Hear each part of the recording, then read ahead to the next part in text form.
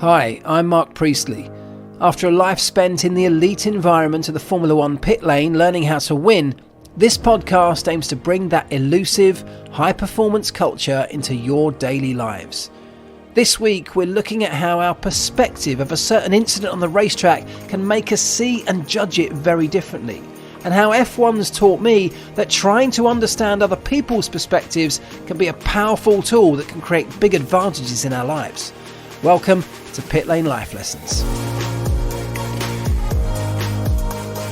Talk about how Formula One teams are so successful. Tiny things, but you only find those tiny things when you look for them. Of course, there's only one winner in every Grand Prix, so for everybody else, you haven't won. So it could be deemed that's a failure. Hey everybody, and welcome back to a brand new episode of the Pit Lane Life Lessons podcast. Thank you so much to all of you who keep writing to me, keep sending me messages to let me know that you're enjoying it. It really does keep me going, so thank you. I'm going to remind you at the end, but I'll say it now. If you do get a moment to rate and review the podcast, particularly in the Apple Podcast Store, which is where that thing triggers the algorithm most of all and catapults the podcast up the order and to more people, I would really appreciate that. If you're listening anywhere else, I'd love it if you'd follow, subscribe, send me a message, just engage somehow, because it does make a big difference. And if you're happy enough to share this on your social channels, again, let's try and spread the word to more and more people. Thank you very much to anyone who's willing to do that. I appreciate it. Now look, if you are new around here, the way this works is that because I've spent many of my years inside Formula One, I've been lucky enough and privileged enough to learn a huge amount from an elite group of people in an elite sport and inside an elite organisation of the McLaren Formula One team. And what I do now is take some of the things that happen in the world around us, together with things that are happening in the world of Formula One, and try to delve into those a little more deeply and find some of the lessons that we can apply to our everyday. Things that I perhaps take for granted, having been involved in this sport for so long, but that I feel many of you can benefit from as well by applying some of these techniques, some of these ways of thinking to overcome the challenges that you face every day, or just to take on the challenge of life that we're all up against all of the time. So I make a journal, I keep a journal every single day, and at the end of each one of those journal entries, if there's something that I think is noteworthy or worthy of further discussion, I'll make a little note in the bottom of that page and come back to it, delving deeper into it in the podcast. And that is exactly where I want to start today. Because around this time last week, in fact Monday morning, I was listening to a podcast, Jake Humphrey's podcast, the High Performance Podcast, which I can highly recommend, by the way. It's a very good podcast. And this week they had on there a football referee. And that's unusual in itself, because not often do we ever get to hear from a football referee in the long form, of course, in the way that a podcast does. And I found it really interesting because it was hearing from somebody who's in charge of a football match, who is often on the end of so much abuse, so much criticism from football fans, from players and managers, criticising decisions they've made, choices they've made, behaviours they've displayed throughout a game. And very rarely do they ever get too much in the way of celebration or praise. It tends to be loaded in a negative sense, and they only get noticed when they do something wrong. And what was interesting about the podcast was we were all of a sudden hearing from the other side of that. We were hearing the perspective of the referee.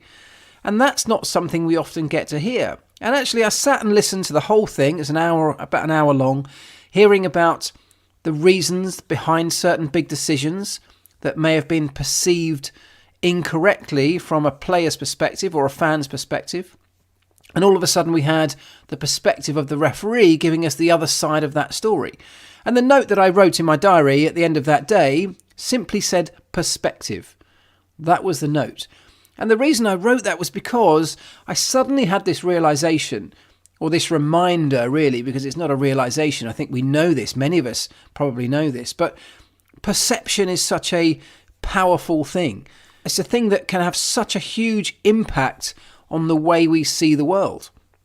Two people can have a very different perception of the same incident or the same set of circumstances or the same decision, the same outcome from a particular moment in time.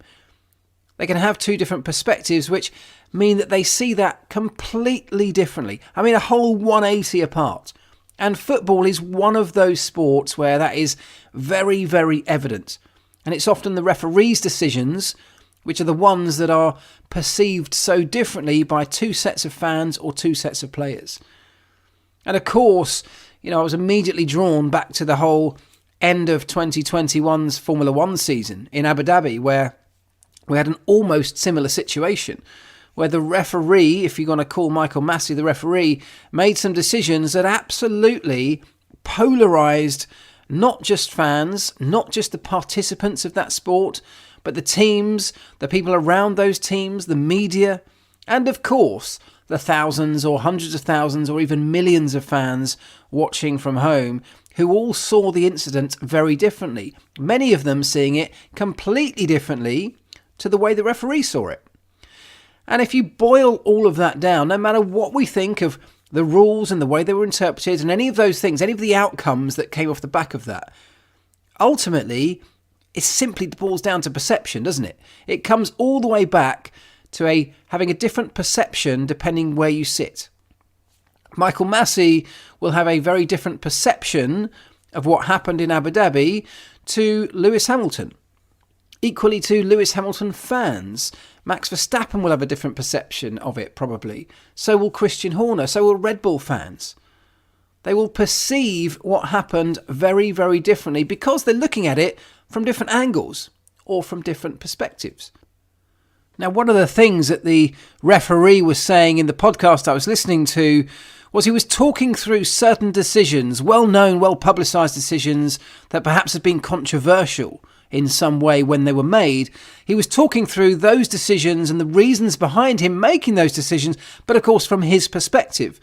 And when you start to appreciate that his perspective, of course, in that moment is often made without the benefit of television slow motion replays, multiple camera angles, without the benefit of number of people talking about them in detail, figuring them out, debating them, trying to come to the right conclusion. He often has to make split-second decisions in the heat of the moment under great pressure with a very different viewpoint. And he was talking about a certain incident where there was a handball in the penalty area and the players were up in arms because they thought that it should have been a decision, should have been a penalty made, a decision made. The referee was saying, well, actually from where he was standing, there was a player blocking his view of where the potential handball was committed, and so he simply couldn't see it. And so from his viewpoint, he can't give a penalty because he just cannot see the incident that many other people can see because they're seeing it from a different position. And that's perspective in its most simple form. The referee had a very different perspective on that little incident or that series of incidents in the football match because of his positioning on the field and the positioning of those around him. Everybody else who was watching on television, everybody else who might have been watching at that end of the ground in the crowd, even many of the players on the pitch had a completely different perspective, and in their eyes it was the most blatant handball the world had ever seen. How on earth could the referee possibly not be blowing for a penalty? The referee must be crazy. What's he thinking of?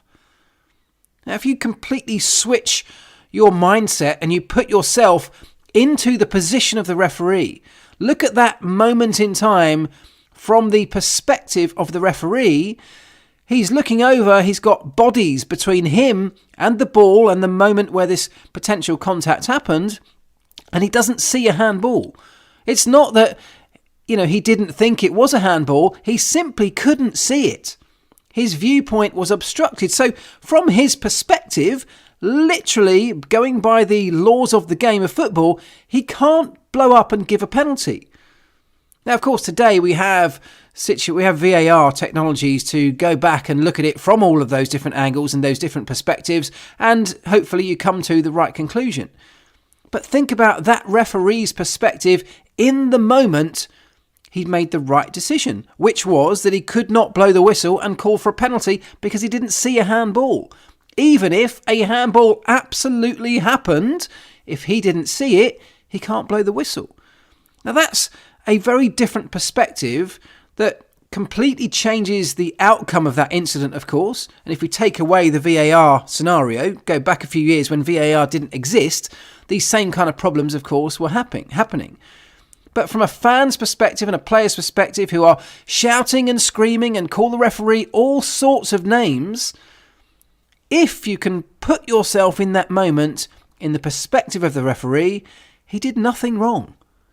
And of course, if you're a fan of that team, you might be upset that you didn't get that penalty, but is it fair to be angry at the referee because he didn't give it?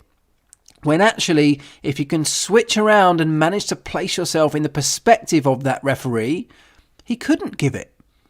So two very different perspectives can completely change a moment in time or an incident, and certainly the outcome of those moments in time or incidents, the decisions that might be made around that moment in time or incident. None of them necessarily are wrong, but the perspective that you come at them from completely changes how they are viewed and therefore the decisions that are taken. And if we then come back to the Formula One in Abu Dhabi, and I'm not going to debate the rights and wrongs and the fairness or anything else about those decisions that were made on that day.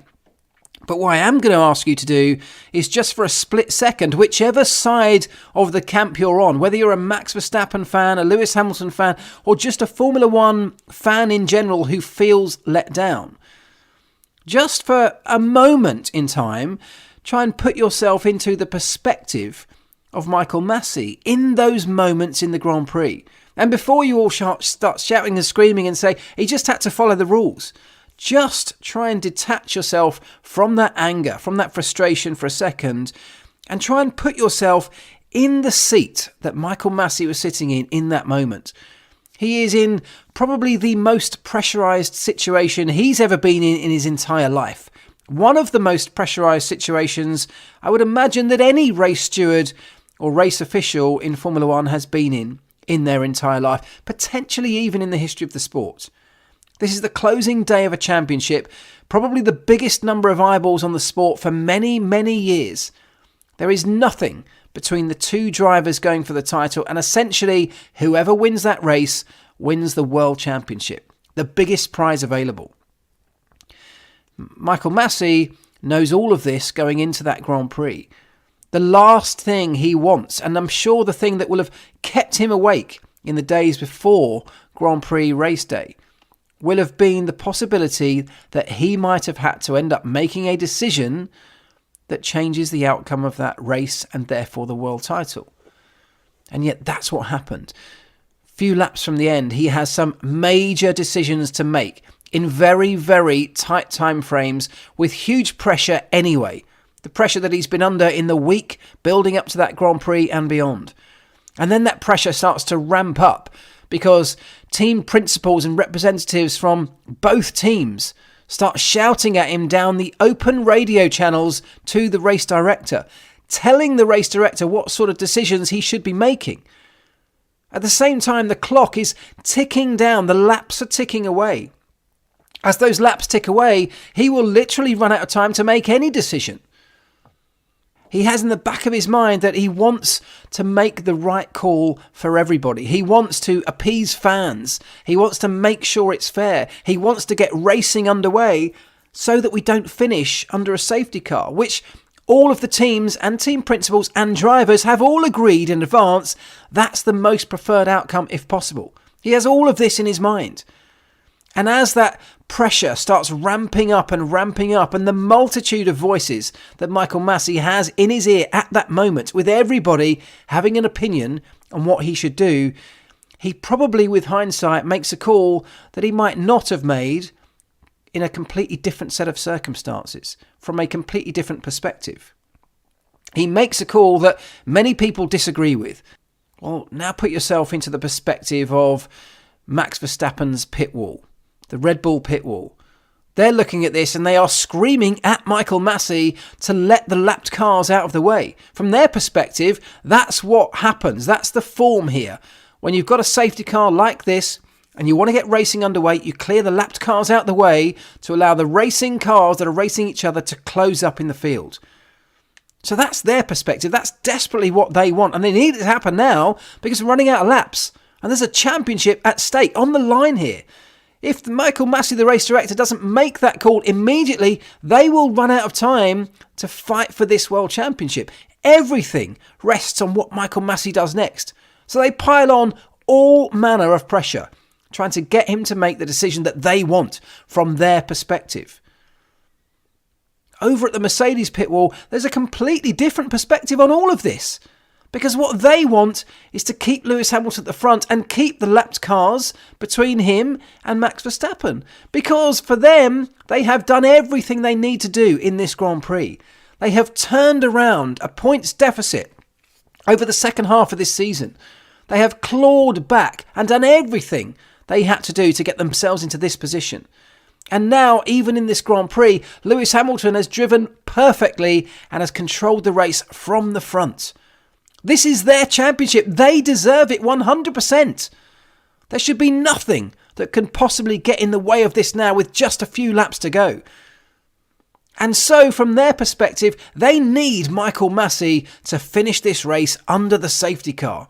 Or at least do not allow the lapped cars to overtake and let's just go racing again. The worst possible decision that could happen is the one that happened for them. So from their perspective, it's completely different from the perspective of the other two people involved in making this decision.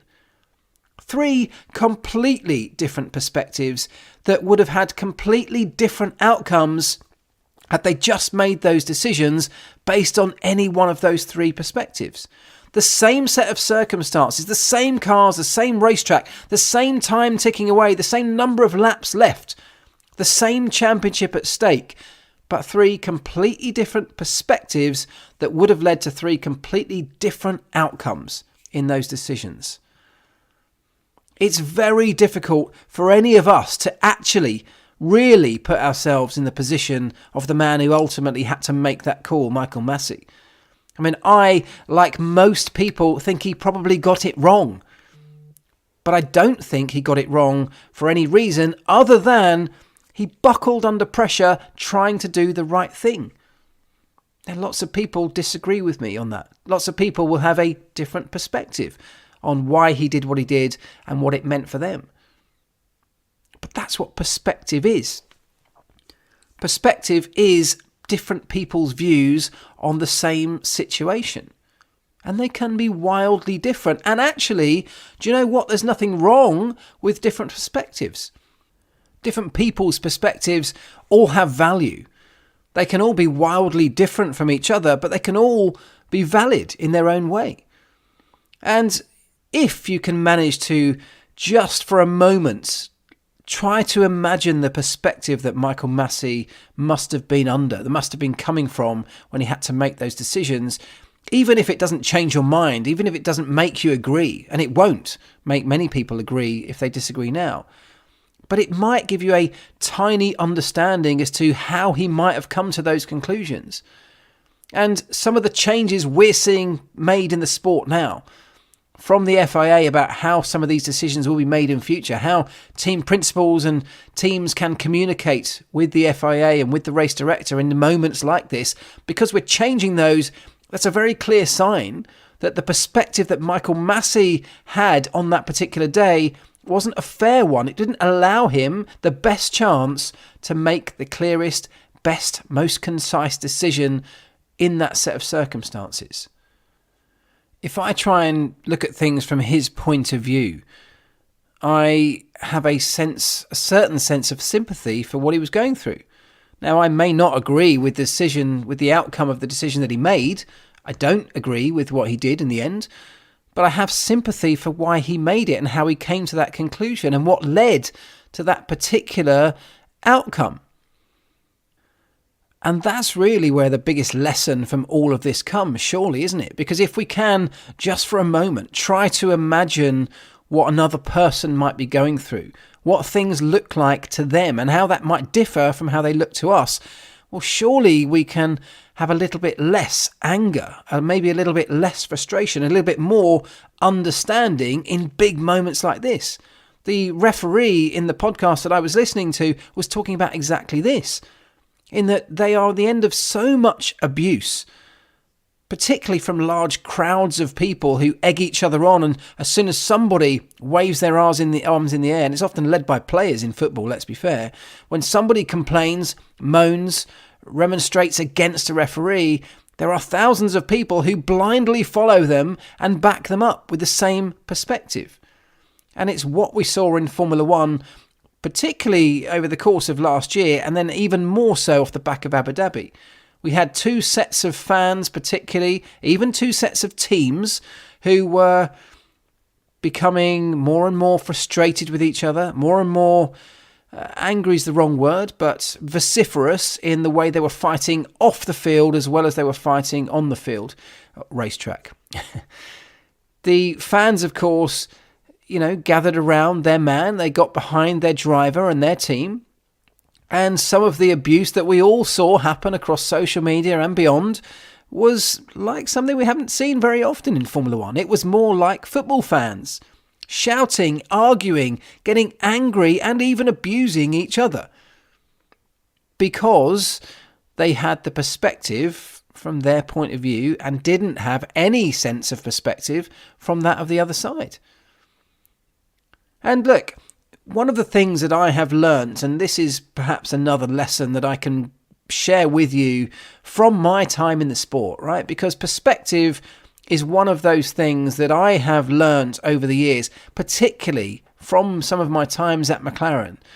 Perspective can be something that not only gives you a little bit of empathy towards another party or the opposition or whoever it might be, a little bit of understanding as to what someone else might be going through, but it can also become a differentiator. It can also become a competitive tool that you can use to your advantage.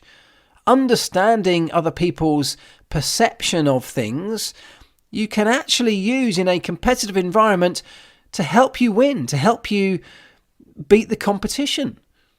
And I'll give you a few examples of this, right? If you're a racing driver, for example, if you're racing down the straight in a Formula One car and you've got somebody right behind you chasing you down, maybe for the race win, maybe for the championship. Maybe you're going into the braking zone for a corner and the guy behind has got a bit of a run on you and you're going to go wheel to wheel. And this could be it. This is your big moment to either defend that lead or potentially lose out, and whatever costly outcome that might have for you.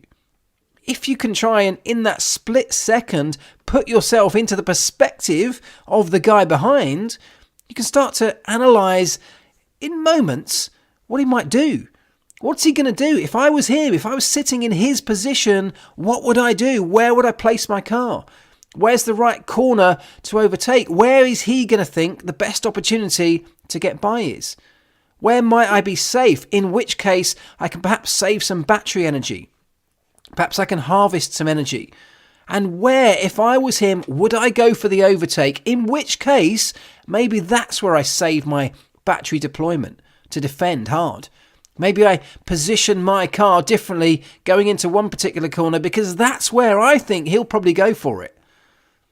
That's looking at someone else's perspective of the same view, of the same incident rather, that you're looking at from your seat.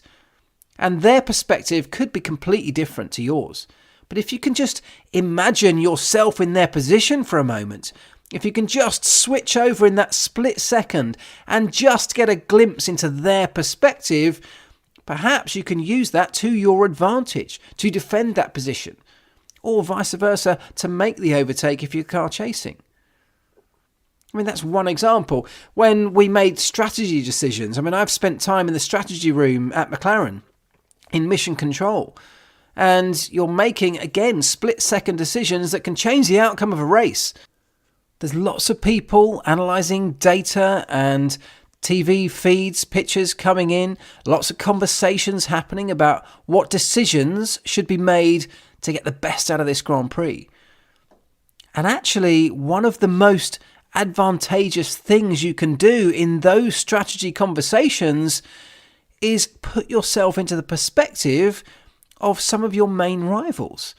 Because quite often in Formula One, you're not just racing against yourself, you're racing against somebody else. You're racing against another driver or another team.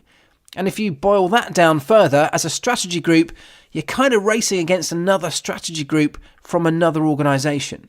That's another group of people looking at the same race, looking at the same set of circumstances, the same potential challenges as you, more or less. A similar group of people trying to make similar decisions, but they're looking at it from a different perspective. And because of that, the outcome of their decisions might be different.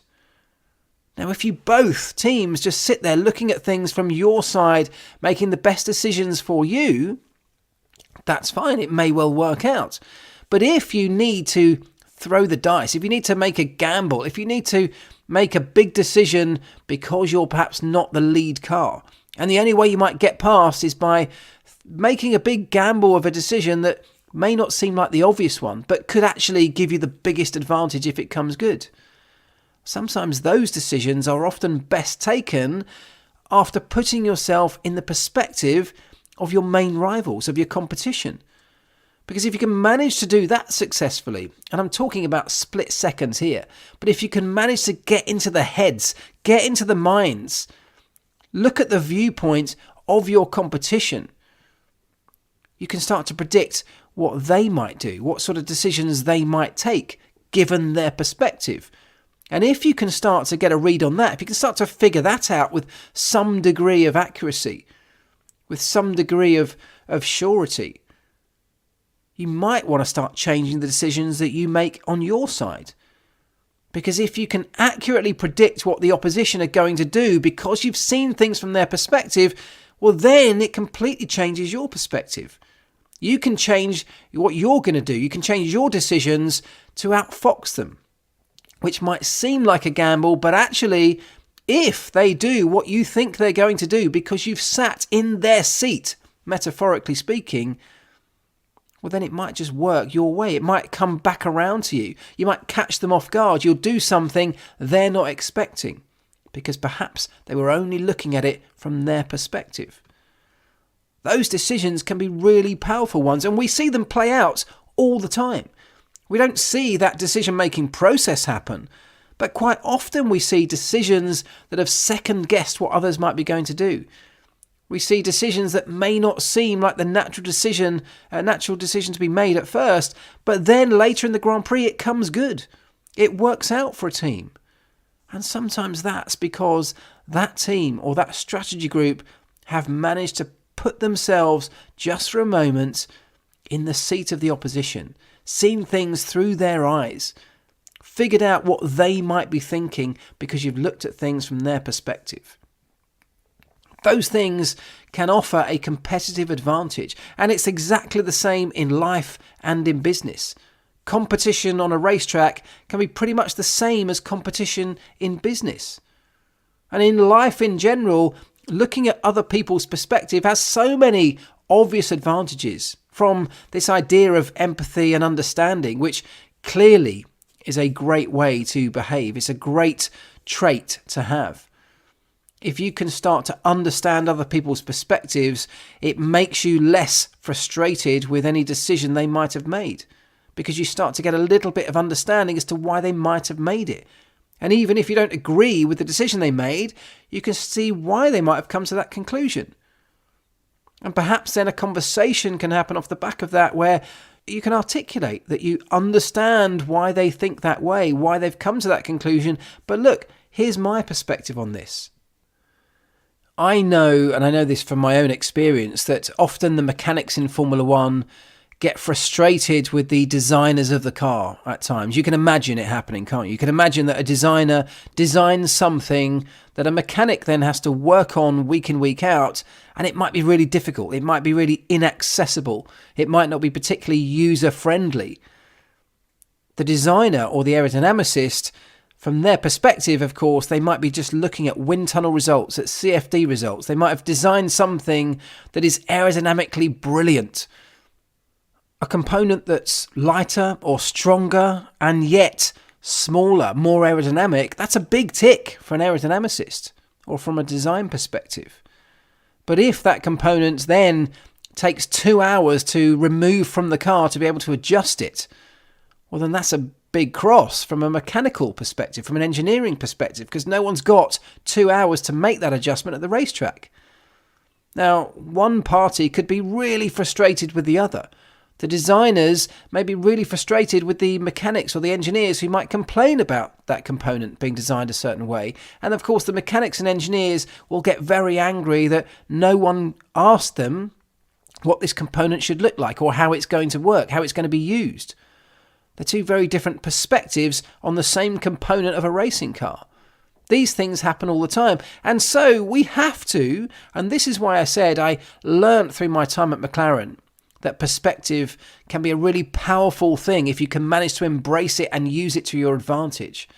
Because if we can see things from the perspective of the other side of the coin, well, we can actually become much more productive, much more powerful, much more successful, because it's a quicker way for us to start working together to a better outcome if we can appreciate the perspective that both sides are coming from.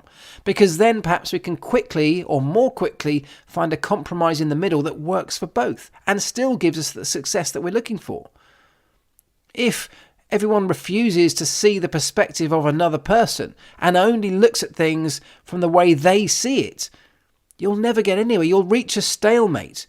And actually, even if you don't reach a stalemate, you'll hold up the process. You'll slow down the route to success. And this podcast is all about speeding up the route to success, whatever success looks like for you. Understanding the perspectives of others is a surefire way to get there even quicker.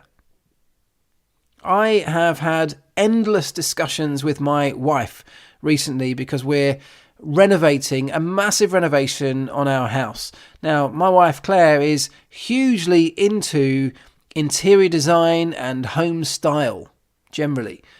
I appreciate it all, but it's not my big passion. You know, for me, my big passion is cars and racing. They're not passions of Claire's. So Claire doesn't ever understand why I might get excited about a car or might want to spend, a certain amount of money on a car. She can't see how on earth we could possibly justify that because it means nothing to her. It's just a thing that gets her from A to B. Now, I have a totally different perspective on that. It's a much bigger thing than just a means of transportation for me. I'm passionate about cars and about racing, about performance engineering and about brilliant engineering. Those things really float my boat. They are massive boxes for me that I want to tick at every opportunity when I can. So when it comes to things like spending money, we've had endless disagreements about spending money on a car or spending money on things on the house.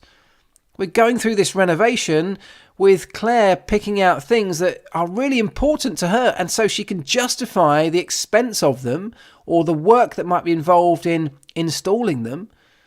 Whereas I might look at those same things and think, it's just not worth it. I can't believe you're willing to put this amount into this thing. What's the point? We could get it for half the price looking like this. Now, for quite a long time, those arguments just ended in stalemate because neither of us could actually see the other side's perspective. And it's only really recently, and we're still working on this. I mean, my goodness, we still have plenty of arguments about this kind of stuff, but we're working on it, both of us together, to start to appreciate that because she is passionate about a certain thing that I'm not necessarily so passionate about, and vice versa, both of those perspectives are entirely justified and are entirely valid. We both fully believe what we're saying to be true, to be correct. We're both correct because that's how we feel. Because we are genuinely passionate about those things. And it's only when we start to appreciate those different perspectives that we can understand how someone else came to the conclusion that they've come to. And we compromise somewhere in the middle of these things quite often. That's often how these things work.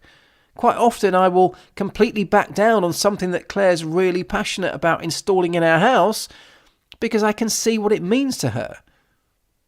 Sometimes I find that very hard to do, and I'm being completely honest here. Sometimes I find it so hard to do. And I will almost say it through gritted teeth because I'm saying something I honestly don't believe. yes, darling, go ahead. Let's get that really expensive thing for the house. And yet inside I might be thinking, this is the most ridiculous thing we've ever spent money on. But I know that she's thinking exactly the same thing when I say, look, I think it's time to change the car, and this is the car that I want to buy. And she might say, that is an absolute ridiculous. It's a joke. You can't spend that. We don't need a car like that. We just need this. And eventually we might get to the point where she'll understand that it's important to me. It's a passion of mine. And so even though she might completely disagree that it's the right decision, she'll say, okay, go for it. If that's what you want to do, go for it. And it's taken us a long time to get to that point. And still, like I say, we don't always reach that point successfully. But that's the value of understanding other people's perspectives. It's important, it's powerful, and it's crucial to us, to businesses, to F1 teams, to football referees, to the wider world, getting along, becoming more successful, and having a smoother, peaceful set of outcomes to any difficult decisions that have to be made. Right, let's move things on, because I want to skip forward a few pages in my journal, in my diary, to the moment when later this week I had a Zoom call, conversation with the president and CEO of an enormous global brand, a brand you've all heard of and know very well. They are a brand that's had huge success over the years. They have an enormously long history behind them. And they're a brand that is about to change direction for a number of reasons. Now, I am off this week to New York to go and see the senior management team of this brand and talk to them about how they go about this change of direction. And it prompted me to write down the note in my diary, how do we change direction? Because one of the questions that the CEO of this company asked me in the Zoom call was, how is it that if we want to change direction as a company, how do we get the thousands of people that work for this company to change direction with us? And the context of this is that they are going through not quite a rebranding, but they want to change. Here's a link back. They want to change people's perception of this brand. They want people to perceive the brand differently to the way that they perceive it today. And to do that, what they need is a big shift from everybody within the company about how they behave, how they operate, how they think, the way they go about their business. Because they want to operate like the brand that they want to become, like the brand that they want people to see them in a year or two from now. And the question was, if you want to change direction so fundamentally like they are, how do you get the thousands of people in the company to change direction and work differently to the way they work today? Because in reality, people, humans, are inherently resistant to change. Nobody really wants to just change doing things from a way that they are comfortable and familiar with doing them. Nobody wants the boss to come into work and say, right, from tomorrow, we're all going to be doing things differently. No one wants that if you just deliver that news like that. Because, as I say, people have built up skills. They've got experience in doing things the way they do them. Many people will think they do those things very well. They have grown into that role. They've developed the way they do things over many years, and that's why they're so good at it. So why on earth do we have to start changing and doing things differently? But if the senior management, if the group at the top of a big company see a good reason to change direction, and this particular company does, it's a valid reason, it's the right decision to make, and the next challenge is to get everybody else on board with that. And what I'm going to New York this week to do is to spend a day with these people, the top of the tree in this big company, working through some of the challenges that they are inevitably going to face in doing this. And one of the things that I said to them through my experience at McLaren, because McLaren has changed direction many, many times. Formula One has changed direction, from change in branding directions, from change in company leadership and management, from the way that a company itself is branded as well as the sport. We've had huge shifts in the type of cars that we make and produce, how we make and produce those, the type of budgets we have available to us to do those things. There are changes happening all the time. And look, let's face it, the entire world is going through some of the biggest changes that we have been through, certainly for a very, very, very long time over the last couple of years. And many of us are now having to deal with the realities of what we do to deal with those changes, how we face up to those changes, how we embrace them, how we take those changes on and see them as opportunities. For many of us, only now is that really happening as we start to go back into offices and things begin to return to something like what we know as normal. So change is something that we are all faced with all the time. So hopefully if you're in a position where you are maybe leading a team at work and you are facing some of these challenges, what I'm about to talk to you about might be of benefit. I even think, and in fact I know that what I'm about to say to you can be of benefit to all of us, even if we're not working in an organisation that might be facing brutal change like the one I'm about to describe. So this company that I'm going to see has to get thousands of people to think differently about the company they work for. Now, as I say, most people will really struggle if the boss just comes in one day and says, okay, from tomorrow, I want you to forget the way you've been doing things and I want you to do it differently from now on in. Most people will struggle to find any motivation from that. They'll struggle to get behind that. And I have seen times at McLaren where decisions like that have been made without much in the way of explanation, just asking people to come in the following day or whatever, the following week, and do things differently. It doesn't work.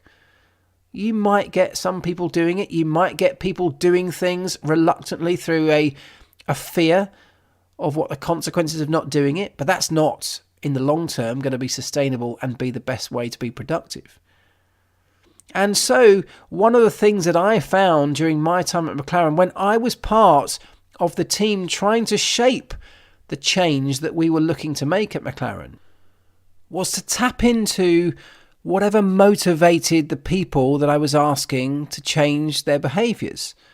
And what I mean by that is, and this will link nicely back into this whole episode around perception, is that if you're the CEO of a company, if you're the boss, and you see the need for your organisation to make changes, like this company I'm going to see in New York, if you see a need that your company needs to change its perception to the outside world, it needs to change the way that people view it, and that may be a valid change like this one is. That change is motivated by a need to deliver bigger profits to shareholders, for example. It's the need to take a bigger share of that market. It's a need to become the best in your marketplace, for example. Because as CEO, that puts you in a very, very strong light. Those are the kinds of metrics that your success is measured by. Now, if you're the guy on the shop floor being asked all of a sudden to make those changes, you're not motivated by your company having a larger market share or your company turning bigger profits than it did the year before. Those things, they may have some level of motivation, but they're certainly not the biggest thing on your agenda. So one of the things you need to do, and this is one of the things I'm going to go and try and work through with this company, is you need to tap into the things that motivate the people that you're asking to make the changes. Now, at McLaren, in my experience, one of the things that we had to do, and these were some of the things that I instigated at the team, we had to tap into something that could galvanise our team and bring our team all together. Now, of course, it's slightly different for a Formula One team because the goals of the people at the very top of the team, at least to some extent, are shared with those further down the organisation, winning the World Championship, becoming the best Formula One team you can be. Hopefully, most people in all Formula One teams share that same goal, at least to some extent. But the reality is, when I started looking through this and looking into this, that varies wildly on a huge scale.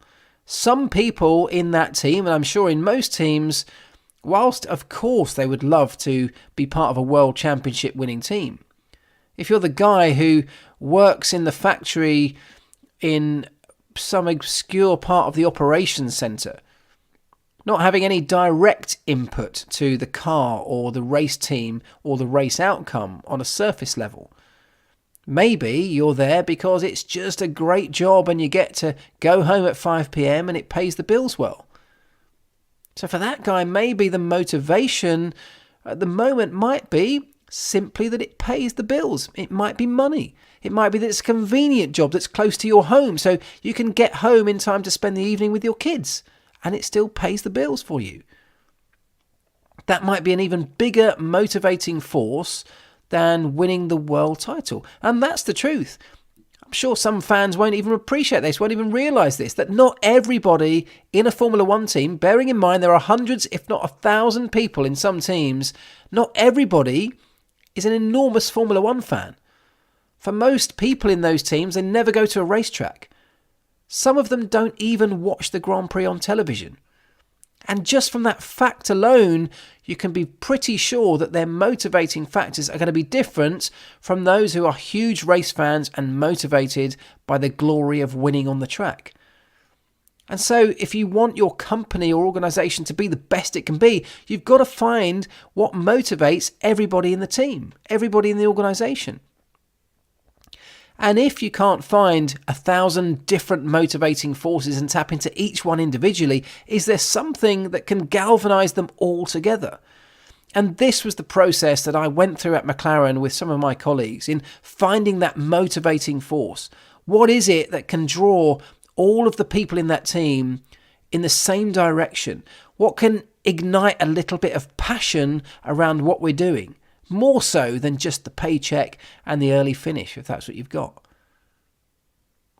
For us, we discovered and tapped into this idea that the McLaren Formula One team has incredible history. It has a history of incredible success. If you think about Formula One over the ages, it's impossible not to think about McLaren somewhere in that history. Some of the most famous drivers, some of the most famous cars, some of the biggest incidents in the history of the sport have featured McLaren. Some of the biggest successes in the sport have featured McLaren. And these are huge moments that are way bigger than even just our team. These are moments that people outside of Formula One are exposed to and recognised. And they ignite passion. They ignite emotion. People become emotional when they hear and see some of the stories in McLaren's history. And there must have been a way that we could tap into that and start to ignite passion amongst everybody in our organisation to a similar level. Make those people, even the ones who weren't necessarily race fans, appreciate what they were part of. And we did that in a number of different ways, putting imagery around the factory of some of those big moments, some of the huge, iconic moments, making people realise that when you pull on that McLaren shirt, you're simply a custodian of that shirt. You're simply a custodian of the McLaren Formula One team at that moment. You are carrying the baton, hopefully, towards further success. And eventually you'll hand it on to someone else who will continue that journey. But just think about all the people that have handed that baton on to you over the years. What they've built, what they've created, what they've been through. Why people look at McLaren in the way that they do. With a viewpoint of huge success, professionalism, an organisation of brilliant engineering know-how, of brilliant people, of heroes. If you can tap into that and make people feel proud to pull on that McLaren shirt, all of a sudden you get an even bigger buy-in as to what we're doing. So the guy who's making components somewhere down a production line, who right now might as well be making a component for a washing machine, for all he cares about where it goes when it leaves his workstation. if you can get that guy to appreciate that actually what he's doing is working on a component that could change the outcome of one of the biggest sporting events in the world, and you, this guy, you could have an impact on that. Well, that completely changes that guy's perspective of what he's doing. It's a bit like the famous story of the guy sweeping the floor at NASA. When someone asks him what he does, what's his job? And he says, I'm sending people to the moon. He's sweeping the floors at NASA, but he's bought in to the passion of what they're trying to achieve. And that was exactly what we did at McLaren. We linked up the race team that were at the circuit with the factory, the people that never got to go to the racetrack. We linked them up with video footage, with video links into our garage. We gave them regular updates from the garage at the racetrack, wherever we were in the world, giving them a unique and exclusive update just for them that no one else was getting. You couldn't get this stuff on television. This was just for them because they were part of our team. They were our teammates. And little things like that, allowing them and encouraging them to celebrate when we celebrated at the racetrack.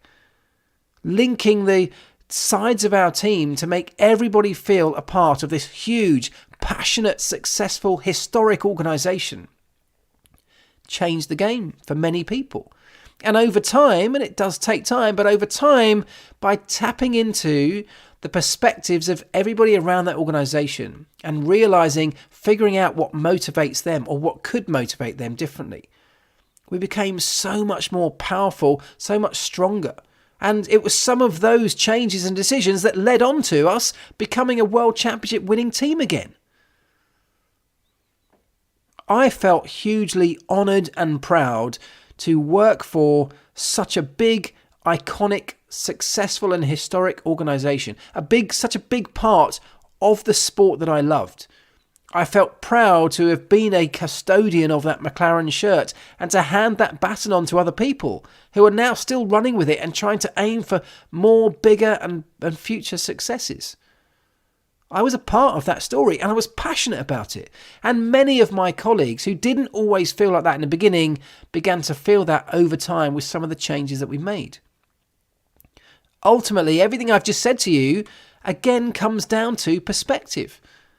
Because that guy who just didn't really care about what he was actually doing and how it fitted into the bigger picture of a Formula One operation, because it was just to him just a job that paid the bills and allowed him to go home early. That's a very different perspective of that particular role in an F1 team to the perspective of the management in that Formula One team. They're seeing it from completely different sides. And so to find something in the middle, some common ground that ignited the passion and brought them together to a common goal, a common passion, that was the key to us delivering bigger and better success. And when I go to New York this week, that is exactly the story that I will be telling them. Because that's what they need to do. They're a historic company. They are known the world over. They're known for being great. And so there are elements within that they can tap into to bring the perspectives of all of the different people in that organisation somewhere closer to a middle ground that everybody can agree on, that everybody can fight for a cause that is passionate for everybody. And ultimately that will generate the success that the guy at the very top, the CEO, the boss, who's really motivated by the profits and the market share, it will deliver those successes for him. But it will also deliver to the people much further down the organisation who are looking to be proud of the company they work for, who are looking to tap into some of the history of the company they work for and what that means to them and to the people who buy their products. These are really simple ideas. When you boil them all down, like I said right in the beginning, it comes down to perspective and seeing things from other people's point of view. Because if the CEO of that big company only looks at things from his perspective, he won't get anybody else in that company to buy into his vision for the future and why they should all change what they're doing. But if he and the team around him can start to tap into the perspective of others in that organisation, see things through their eyes, see what motivates them or what could motivate them in the future, they'll be much more successful in delivering this change that will ultimately take them to the place they want to be. And one of the things that I said they need to start thinking seriously about now is if they want to be a different type of company in 2 years' time, what would that company be doing today differently to the way they're doing it now? Start thinking about those things, linking it into people's motivations, and there, boom, you start to get the levels of success that you're looking for and the buy-in from all around that organization that you're after.